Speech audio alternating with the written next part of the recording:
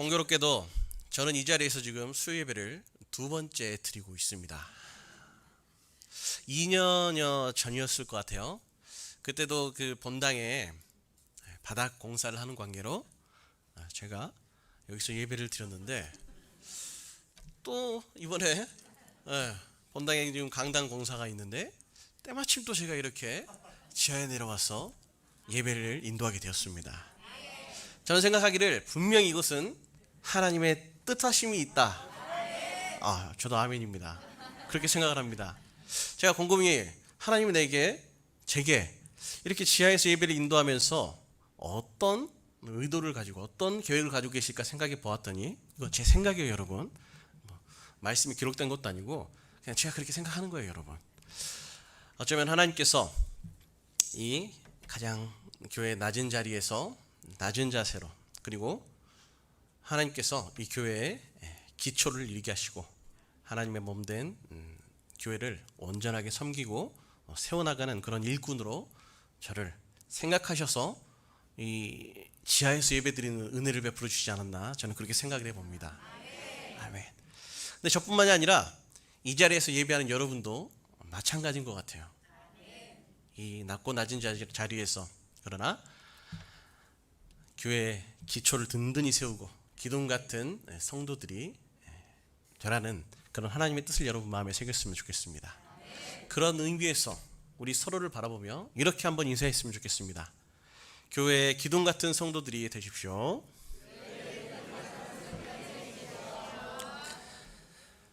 네, 꼭 되셔야 됩니다. 기대하겠습니다. 이 9월이 되고 추석이 지나니 이제 본격적으로 찬바람이 불고 가을이 다가온 것 같았으나, 또 오늘 비가 오는데 시원해질 줄 알았더니 좀 습하고 덥습니다. 저만 그런가요? 저만 추석 때 많이 먹어서 그런지 저는 살짝 좀 더위를 느끼는데, 어찌됐든 여러분, 이 시기가 되니까 이제 여러 곳에서 반가운 소식이 들리죠. 그 소식은 다름 아닌 결혼 소식입니다. 교회 청년들도 그렇고 주변의 지인들도 그렇고 이 시기쯤 되면 이제 결혼, 희한하죠. 시즌이 따로 있는 것은 아니겠지만 이때쯤에는 꼭 결혼 소식이 들립니다. 참, 결혼하기는 청년들을 이렇게 보다 보면 그런 모습들을 봅니다. 무언가는 잘 모르겠지만 그냥 뭔가 설레어 있고 뭔가 새로운 것을 기대하는 그 마음. 근데 비단 이것은 청년들뿐만이 아니라 결혼 이야기를 하니까 눈을 반짝이면서 또 만면에 미소를 띄우는 그런 성도님들이 많이 계신 것 보니 우리 성도님들도 아직 마음은 청춘이신 것 같습니다. 그런데 이 결혼을 앞둔 청년들, 특히 결혼 생활을 해보지 않은 청년들은 모르는 것들이 있어요. 저도 그랬습니다. 우리 그 결혼을 앞두고 있을 때는 무언가 결혼을 하면 모든 것이 끝난 거라고, 뭔가를 완성한 것이라고 그렇게 생각을 했는데, 막상 결혼을 하고 결혼 생활을 하다 보면 이게 뭔가 완성, 끝이 아니라 이제 시작이구나. 부부로서, 그리고 가정의 일원으로서 우리에게 맡겨진 그 책임을, 그 사명을 감당하며 살아가는 그 발걸음을 아직 결혼을 앞둔 청년들은 모를 테죠. 그러나 저와 여러분들처럼 이제 결혼 생활의 연차가 좀 붙고 모든 것을 경험한 분들께서는 동의하시리라 믿습니다. 여러분에게 질문 한 가지 드리도록 하겠습니다.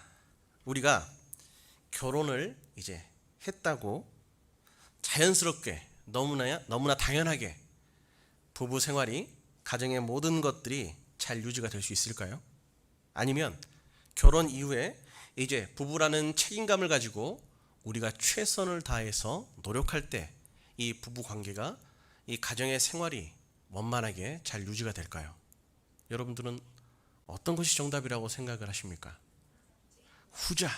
그렇죠. 두 번째죠.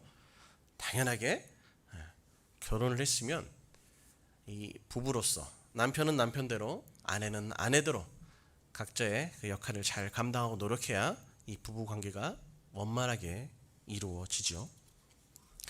여러분들 유럽에 요즘은 이제 코로나19 때문에 여행이 쉽지 않지만 예전에 여러분들 여행지들을 다니다 보면 내가 가장 사랑하는 도시, 내가 가장 사랑하는 여행지, 뭐 그런 곳 있을까요? 저는 있습니다. 저는 유럽에 있는 그 체코의 수도인 이 프라하라는 도시를 개인적으로 좋아합니다. 여러 곳들을 막 그렇게 많은 곳은 돌아다니지 않았지만 그래도 제가 가본 곳 중에서는 저에게는 가장 인상 깊고 좋은 곳이 바로 프라하더라고요. 이 프라하의 이 구 시내를 가다 보면 이 체코 국립박물관이 나옵니다. 그 중심가에서 대략 한 6, 700m 정도 되는 대로가 나타납니다. 그런데 그 대로에는 이름이 있어요. 마치 우리나라의 그 광화문 광장처럼 그곳을 사람들은 광장이라고 부르면서 이용을 하더라고요.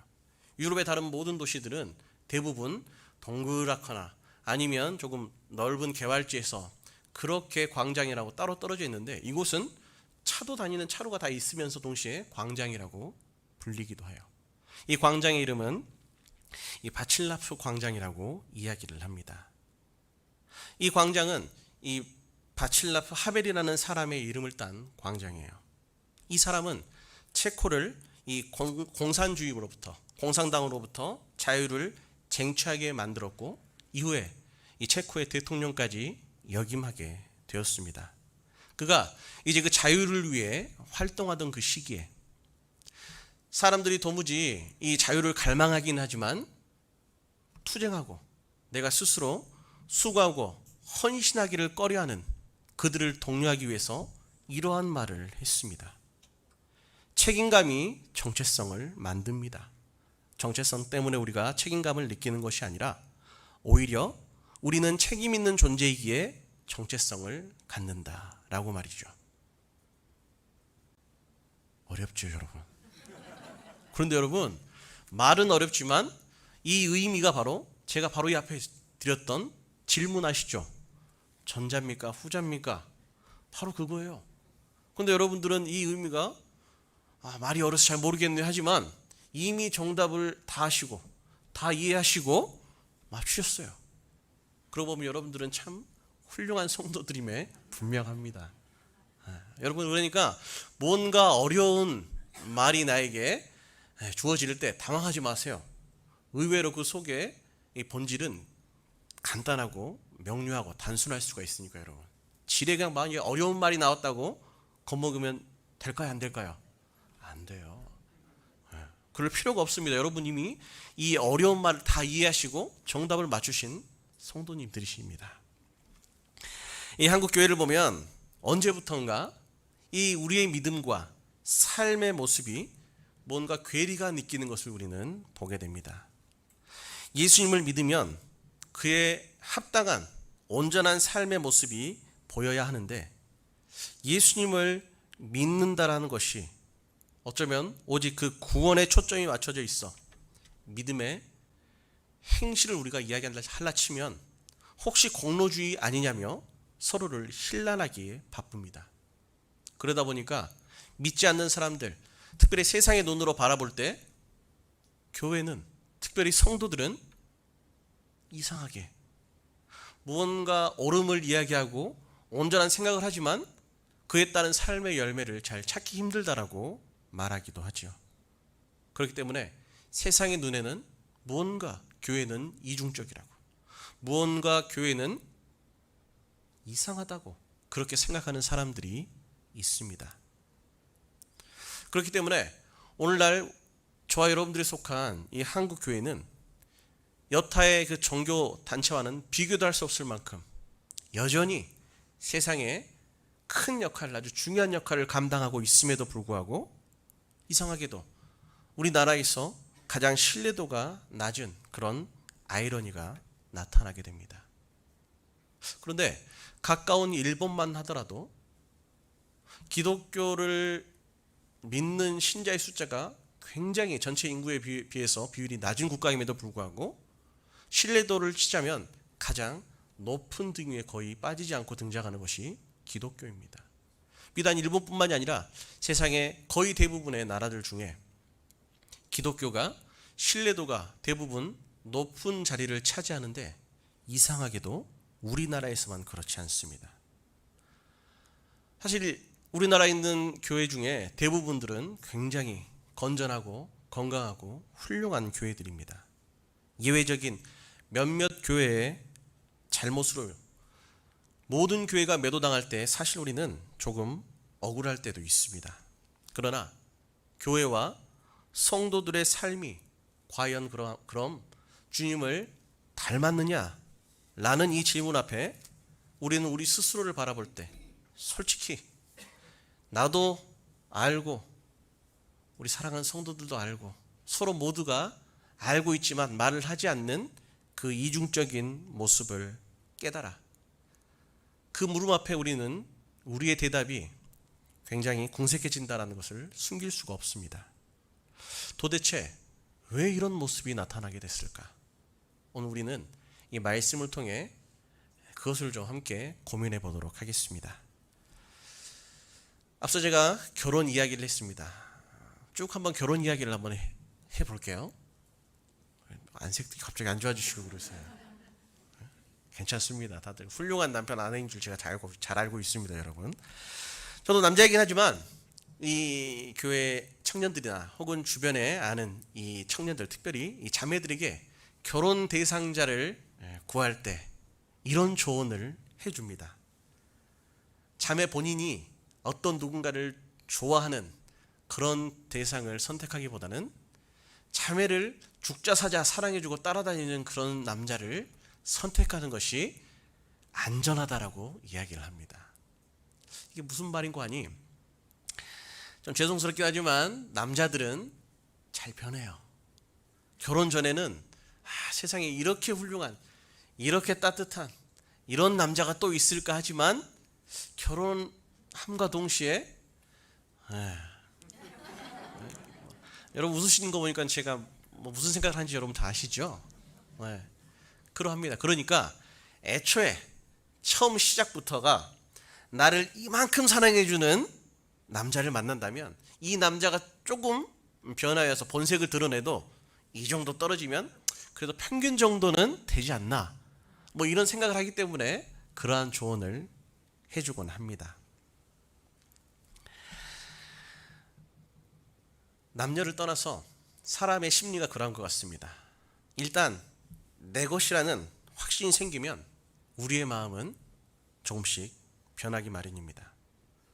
어쩌면 우리 신앙생활에도 이러한 모습이 나타나는 것은 아닌지 생각해 봅니다. 하나님의 은혜로 우리가 예수님을 믿게 되었습니다. 정말 놀라운 일이잖아요. 그리고 예수님을 믿는 믿음을 통해 우리가 전심을 다하여서 세상의 그 어떤 것보다 더욱더 간절히 바랬던 그 바람, 구원을 우리가 허락받고 저 천국을 이제 허락받은 천국의 시민이 되었습니다. 이제 목표를 이루었으니 이후에 어떻게 살아가야 될까? 우리는 이 생각을 잘 하지 못한 채 대충, 아니 어쩌면 그 어떤 것을 생각할 겨를조차 모른 채 세상의 흐름에 따라 맞춰서 세상 사람들의 삶에 따라 그렇게 살아가다 보니 신앙과 우리 삶의 괴리가 나타나게 되었습니다. 우리 모든 인류의 여러분 역사를 쭉 보다 보면 우리 모든 사람들의 삶의 질을 높이고 세상을 아름답게 변화시킨 그 모든 시작은 다름 아닌 우리 믿음의 곧 이 기독교로부터 시작되어 버리는 부정할 수가 없습니다. 우리 시간 그것도 좀 몇 가지 좀 살펴보고 우리가 정말 어떤 존재인지를 좀 알았으면 좋겠습니다. 먼저 출애굽의 과정에서 이미 사회적 약자에 대한 그 관심, 하나님의 사랑을 우리는 깨닫게 됩니다. 그 전까지는 그 어떤 사회도 어떤 사람도 생각하지 못했던 그 당시에 다른 어떤 누구보다 정말 비참한 삶을 살아야만 했던 객과 고아와 과부에 대해서 하나님은 그들을 돌보아야 된다고 명령하셨습니다. 안식년 제도도 그러합니다. 거기에는 여러 다른 의미가 있지만 거기에는 객과 고아와 이 과부를 돌보는 것도 분명히 연관이 있습니다. 안식년을 지키는 사람이 6년 동안 열심히 농사를 짓고 이제 7년째 되는 해에는 농사를 짓지 않습니다. 그럼에도 불구하고 그 땅에서는 자연스럽게 스스로 자란 작물들이 생기기 마련이에요. 하나님께서는 그 자연스럽게 생긴 그 작물을 객과 과와 과부의 것이라고 말씀하셨습니다. 약자를 생각하고 돌보는 그 시작은 하나님의 뜻이었으며 하나님의 백성들은 그것을 실천해야만 했습니다. 요즘 사람들이 인문학에 많은 관심을 가져요. 그러다 보니까 자연스럽게 역사에도 관심을 많이 갖게 되고, 그러다 보니 이 고대의 어떤 자료들이나 문서 이런 것들을 많이 찾아보곤 합니다. 저도 그래서 제가 이제 신대원 다니고 이제 사역을 본격적으로 시작하고 막 이럴 때쯤에 한때 그 길가메시 서사시라는 것이 좀 이 믿음의 사람들에게, 아니 믿지 않는 사람들에게도 한번 붐을 일으킨 적이 있었습니다. 이 길가메시 서사시라는 것이 뭐냐면 이 수메르, 곧 고대 메소포타미아 시대에 기록된 신화를 이야기하는데, 이게 왜 사람들의 주목을 끌었냐면, 특별히 교회의 성도들의 관심을 끌었냐면, 그곳에 등장하는 몇몇의 이야기가 성경의 내용과 조금 유사한 부분들이 있기 때문이죠. 거기서 보면 그들이 주장하는 신이 사람을 만드는데 사람을 만든 이유가 기록되어 있습니다. 그 이유는 사실 그렇게 큰 의미가 있지는 않은 것 같아요. 생각보다 허망합니다. 그 이유는 단순히 신이 노동을 하는 것이 힘들어서, 일하는 게 귀찮아서 사람을 만들었다고 합니다. 이것을 통해 고대 그 수메르 그 문화권에 있었던 사람들의 생각이 어떠한지를 우리는 보게 되는데, 노동을 힘들고 천한 것이라고 여기는 것을 우리는 알게 돼요. 저 여러분도 그렇잖아요. 이 노동이라는 것 자체가 우리의 원죄 때문에 시작이 되었잖아요. 그러다 보니 우리에게도 이 노동이라는 것은 비천한 것, 이 노동이라는 것은 온전치 못한 것, 이러한 생각들이 우리 가운데 가득하였습니다. 다시 말하면 이 노동은 천한 것이라며, 그런 생각은 이미 고대에서부터 나타났고, 이런 생각이 중세 시대까지 이어집니다. 그렇게 이 중세 교회를 보면 수도사들이 희한하게 무슨 일들을 많이 해요. 그 일을 많이 하는 이유가 바로 그런 겁니다. 수도사가 자기를 이제 연단하고 단련하는 그 의미가 나를 낮추는 것이라고 그렇게 생각을 했어요.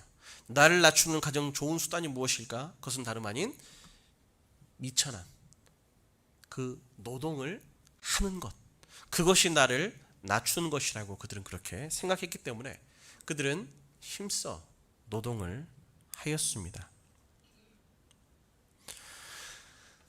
우리 주변에도 이런 노동이 비천한 것이라고, 이 노동이 그렇게 가치가 없는 것이라고 평가절하된 시대를 우리는 쭉 살다가, 이제 그 이후에 어떠한 사건을, 어떠한 계기를 통해 그렇지 않다고, 이 노동이라는 것은 그런 것이 아니고, 이 노동이라는 것은 동일하게 세상의 모든 것들이, 우리 인생뿐만이 아니라 세상 모든 만물이 이제 예수 그리스도의 십자가 앞에 죄사함을 받았으니 이 노동도 이제 더 이상 그전에 생각했던 비천한 것, 가치 없는 것, 쓸데없는 것, 우리를 고통스럽게 하는 것이 아니라 오히려 우리가 행하는 모든 노동의 자리, 일의 자리마다, 일터마다 하나님의 부르심, 하나님의 인도하심, 하나님의 계획에 따라 우리 가운데 주어지는 하나님의 선물이기에 우리가 최선을 다해서 오히려 그 노동에 참여하는 것이 맞다라고 말하는 것이 우리가 어렸을 적 교과서에서 배웠던 직업 소명설이라는 것이고, 이것은 다름 아닌 교회를 통해, 특별히 종교 개혁을 통해 시작되었습니다. 이것뿐만이 아니에요, 여러분. 우리가 알고 있는 지금 민주주의의 그 기본적인 의미도 우리는 이 성경을 통해 보게 돼요. 12지파 각자가 다 숫자도 다르고 힘도 다르지만 하나님은 동일하게 그 지파마다 각각 한 표씩을 허락하심을 통해 오늘날 잘못된 민주주의, 다수의 횡포로 인해 오히려 우리가 고통받고 힘들어하는 그 모든 것이 잘못됐다라는 것을 이미 보여준 것이 바로 하나님이심을 우리는 기억해야 합니다. 뿐만 아니에요. 우리나라만 보더라도 민주주의를 통해 약자가 자신의 소리를 낼 수 있게 된 것이 그렇게 오래되지 않았습니다. 그러나 성경 속에서는 약자들일지라도 성문에서 자신의 소리를 낼 수 있었고 그 소리에 대해서 각 성의 모든 사람들은 들어야만 했습니다. 우리가 이 이야기를 우리 담임 목사님을 통해 주옥같이 우리가 들었던 룻기 이야기를 통해 우리는 보게 되었잖아요. 그런 일들이 성경 속에 있었다라는 겁니다. 역사적으로 하나님의 사람들 그리고 교회는 언제나 세상을 앞서갔으며 세상 사람보다 더욱더 우월하고 온전한 그런 윤리적 그런 모습으로 세상을 옳은 곳으로 인도했음을 우리는 부정할 수 없는 것이죠. 저 여러분들은 그런 일을 행했던 교회에 속한 그런 일을 행하신 하나님의 자녀임을 우리는 기억해야 합니다. 그런데 오늘날 한국교회는 세상으로부터 자꾸만 신뢰를 잃고 어떤 면에서는 오히려 과시와 조롱을 받고 있습니다. 예전에는 목사님 하면 누구나 존경받고 누구나 다 그 인품을 인정했지만 지금은 그렇지 않은 것 같습니다. 교회가 어쩌다 이 지경이 됐을까? 많은 학자들은 이야기합니다. 구원론에 대한 잘못된 이해 때문이라고요. 제가 신대원 시절에 읽었던 한 책이 기억이 납니다. 예전에 그 남포교회를 담임하셨던 이 박영선 목사님께서 쓰신 한 책을 보았는데 그 책으로 저는 많은 것을 느꼈고 그 책에 대해서 여러 가지 것들을 좀 조사해 보다 보니까 그 당시에 많은 성도들 특별히 교회에 큰 반향을 일으켰더라고요. 그 책의 제목은 구원 그 이유라는 책이었습니다. 그 책이 1984년경쯤에 나왔는데 그 이전까지 우리나라의 대부분의 성도들은 예수님을 믿고 구원을 받으면 모든 것이 나는 이루었다. 모든 것을 다 이루었다. 그렇게 생각하는 분들이 대부분이었다고 합니다. 그런데 이 책을 통해 말하기를 성도에게 오직 구원만이 전부가 아니라 이 구원을 이루었다라고 우리가 모든 것을 마쳤다고 끝냈다고 이제 덮어둘 것이 아니라 오히려 우리가 구원을 받은 그 순간부터 새로운 삶이 시작되는 것이라고 역설을 하고 있습니다. 곧 성도에게 구원을 약속받은 것뿐만이 아니라 그 약속을 성취하기 위한 모든 과정도 중요한데 이것이 신학적 용어로는 성화예요. 여기서 구원받는 모든 성도는 성화되기 위한 삶을 살아가야 한다고 말합니다.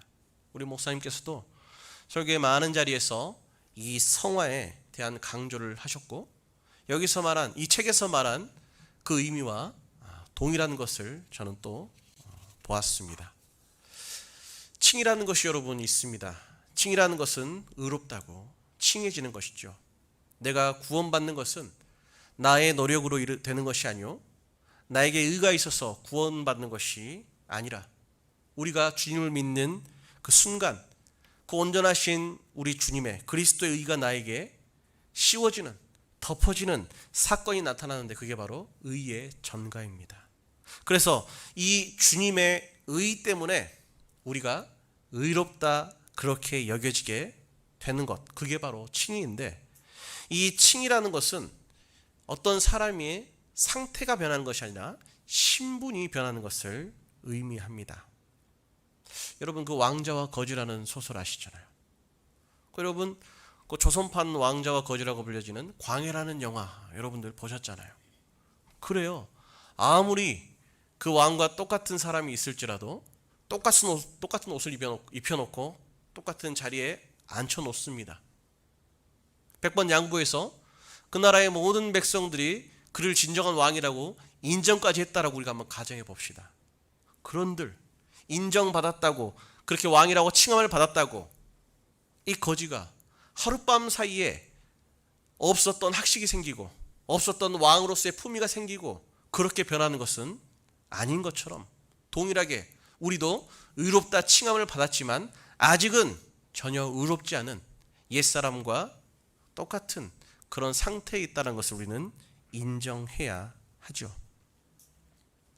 우리의 신분이 바뀌었다고 해서 그 상태가 바뀐 것이 아니라 또 결혼으로 비유하자면 사람이 결혼했다고 사람이 변하는 것이 아니라 오히려 이제 결혼한 사람이라는 것을 내가 인정하고 결혼한 사람으로서의 합당한 삶을 살아갈 때 내가 그러한 사람이 되는 것처럼 동일하게 우리도 하나님의 의롭다함을 받은 존재가 우리이니 이제 우리에게 남겨진 숙제는, 우리는 이 상태는, 우리의 칭함은 의로운 존재이지만 아직 그 속사람, 우리의 상태는 여전히 옛사람과 별거 다를 거 없는 우리가 그 하나님을 향해, 하나님을 닮아가기 위해 전심으로 수고하고 애쓰는 노력이 저와 여러분 같은 성도들에게 이제 숙제로 남겨져 있음을 우리는 기억해야 합니다.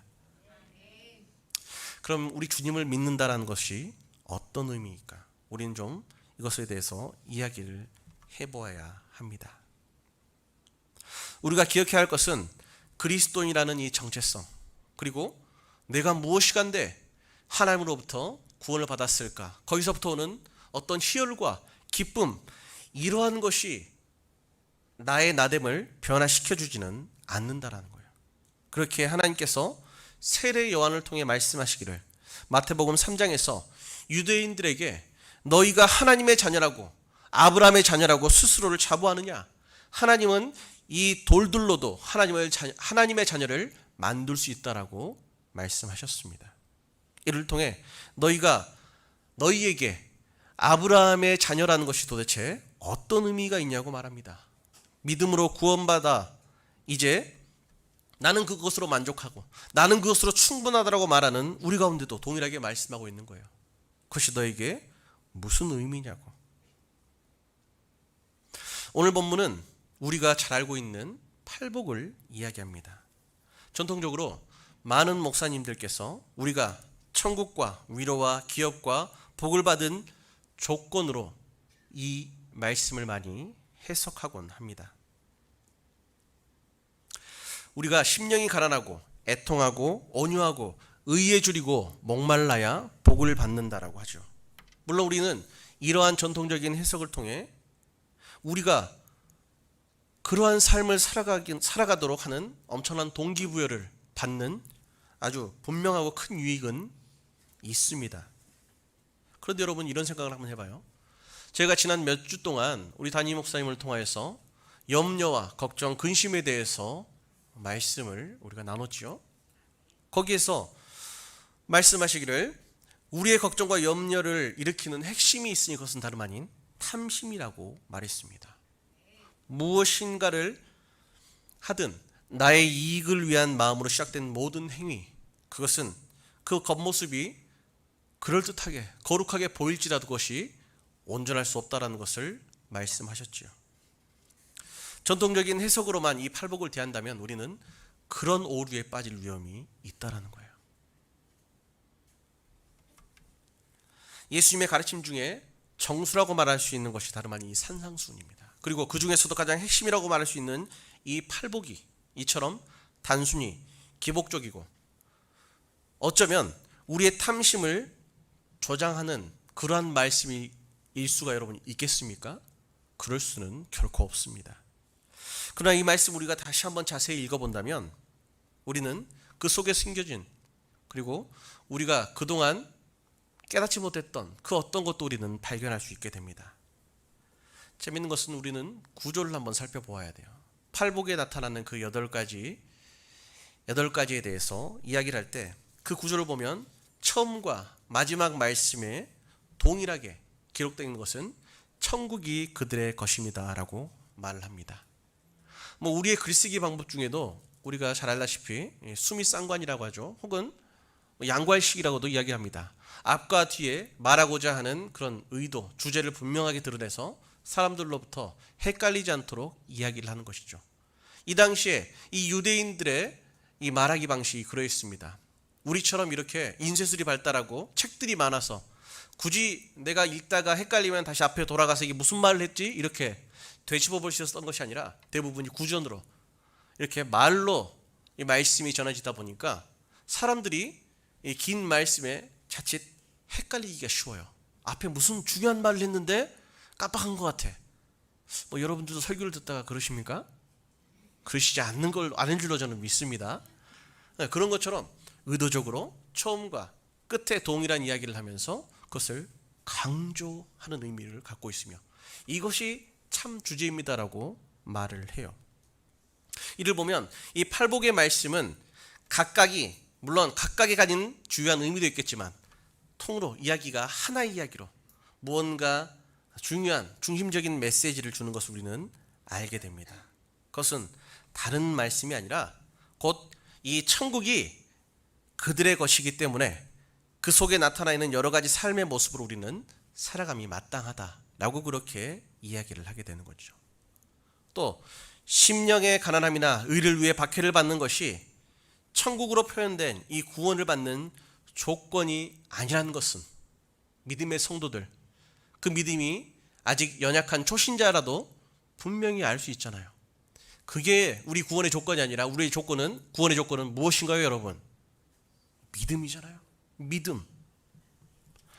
이를 염두에 두고 이 말씀의 의미를 다시 한번 생각해 보자면, 주님을 믿음으로 천국을 이미 허락받아 소유한 하나님의 성도들은 위로와 땅과 배부름과 긍휼히 여김과 하나님을 보는 것과 하나님의 아들이라는 소리를 듣게 될 것인데, 왜냐하면 그들은 심령이 가난하고 애통하고 온유하며 의에 줄이고 목마르고 긍휼히 여기고 마음이 청결하고 화평하며 의를 위해 박해를 받는 것을 당연하게 여기고 그렇게 살아가는 하나님의 사람들이기 때문이라는 것이죠.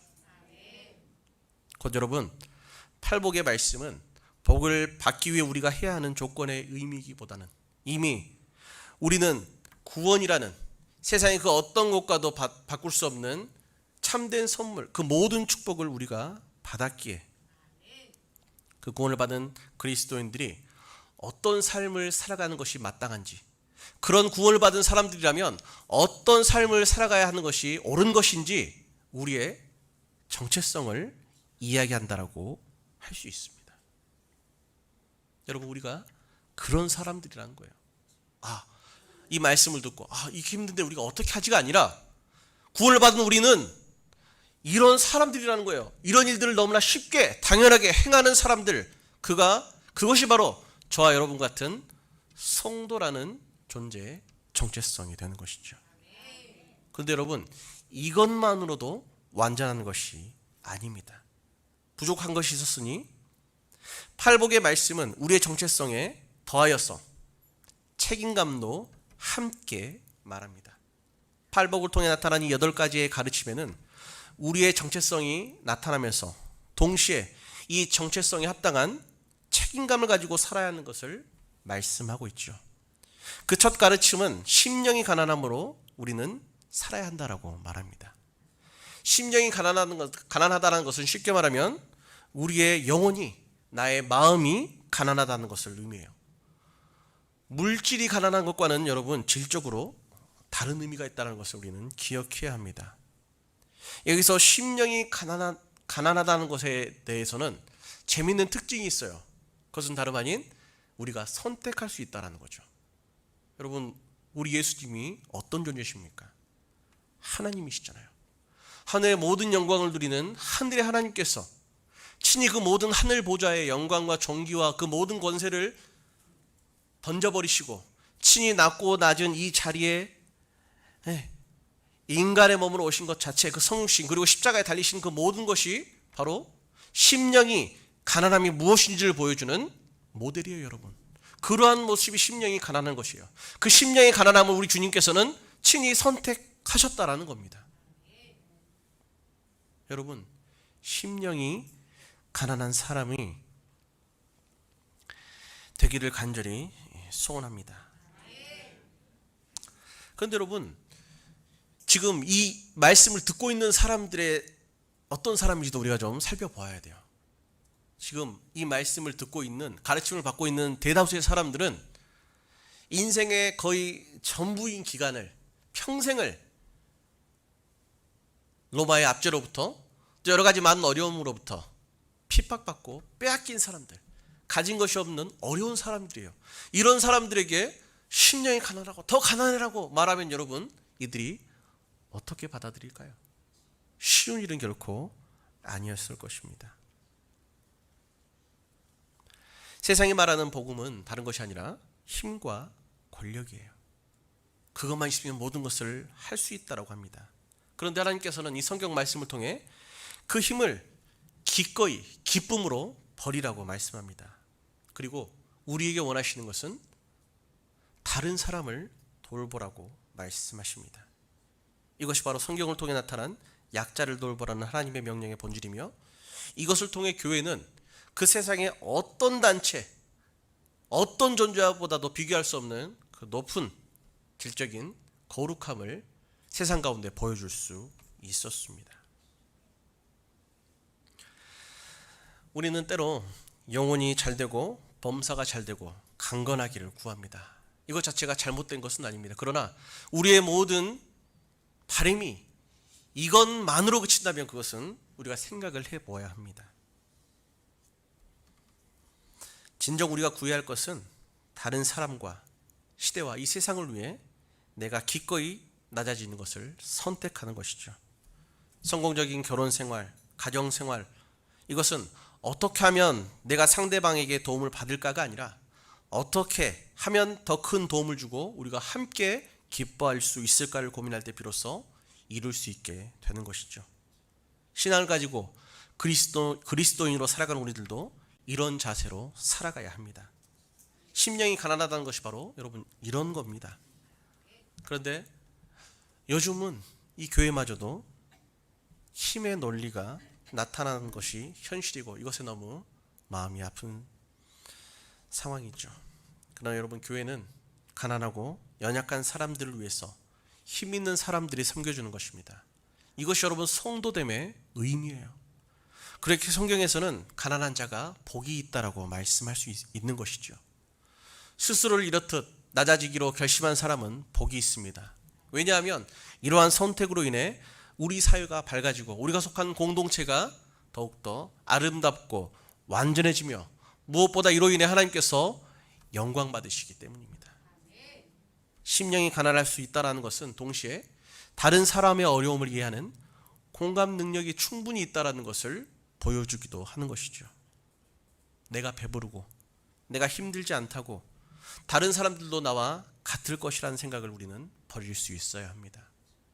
이제 이 이후에 나타나는 7가지의 모든 복도 그 원리는 이와 유사합니다. 결국 성도로서 우리에게 필요한 삶의 자세는 나를 통해 그 누군가를 살리고 누군가를 더욱더 기쁘게 할 수 있다는 것을 우리는 이것을 통해 깨닫게 되는 것이죠.